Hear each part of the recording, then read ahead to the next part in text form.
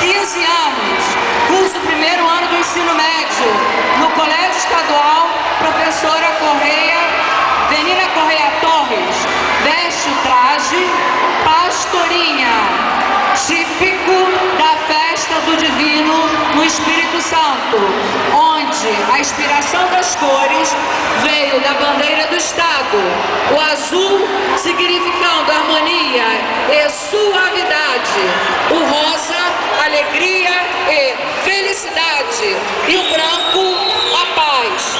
No caminhar da aluna, seus passos trazem a beleza de nossa cultura. Palmas para Beatriz, representando o Estado do Espírito Santo.